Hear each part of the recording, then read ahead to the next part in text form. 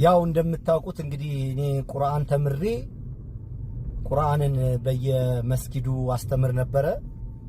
የኔ ራሴ መምህሮች ነበሩኝ። እንደገና ደግሞ እኔ ሌሎችን በማስተማር ላይ ነበርኩ። ግን የሚገርመው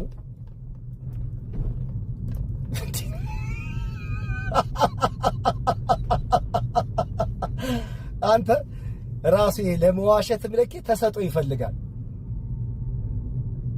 እንዴ! በጣም የሚገርመኝ ነገር ምን መሰላችሁ? ቁርአን ተምሬ ለሌሎች ደግሞ እኔ አስተምር ነበረ ብሎ ቢስሚላሂር ረህማኒር ረሂም ብሎ ማሊክያ ሙዲን፣ ያው እሱ ሙዲን ያለ ነው የሚመስል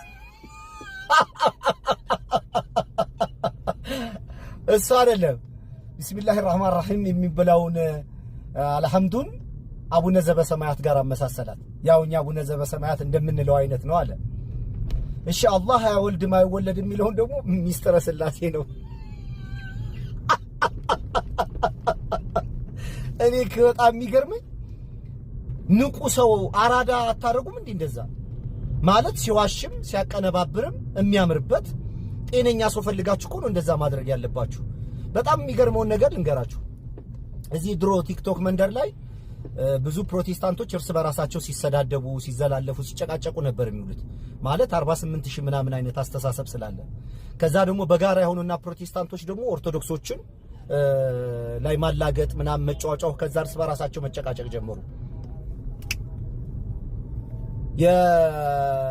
የሙስሊሞች ደግሞ እዚህ ማህበራዊ ሚዲያውን ቲክቶክ ላይ ደግሞ መምጣት ሲጀምሩ በእውቀት በስነ ስርዓት በሐሳብ መነጋገር ጀመሩ።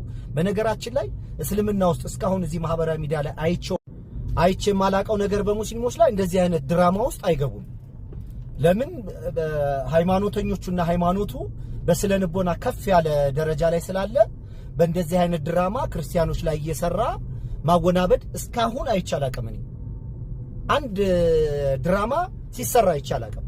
በየትኛውም ሁኔታና ጊዜ ካለ አሳዩኝ፣ አስተካክላለሁ። ምናልባት ስላላየሁት ሊሆን ይችላል።